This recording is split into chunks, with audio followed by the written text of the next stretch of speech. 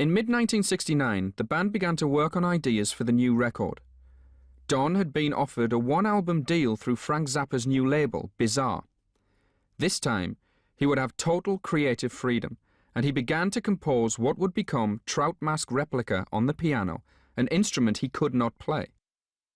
The experiment would create some of the most ambitious music ever recorded by a rock band.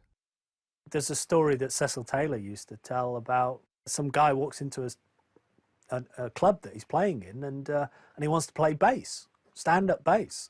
And Cecil Taylor was an obliging soul. He says, sure, get up and play with me, you know. About 30 seconds into this, he realises the guy can't play the bass. He really can't play on any level. But then he keeps persevering. After a couple of minutes, he realises this guy's doing some really, really interesting stuff.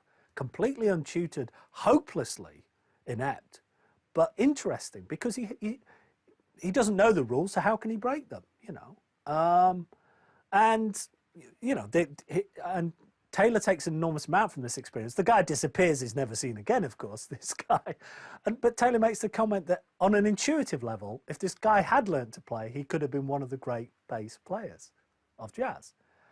Beefheart clearly was enamoured of a similar idea, that essentially you need to get back to that kind of Edenic state in order to be able to actually break this thing down. And the problem that Beefheart was working on is the same problem most of the interesting rock musicians of his period were attempting, which is, how do you break this thing down before it becomes too rigid, before it becomes this and nothing else? Now, of course, they lost the battle, I'm afraid to say. You know, Led Zeppelin won, hands down.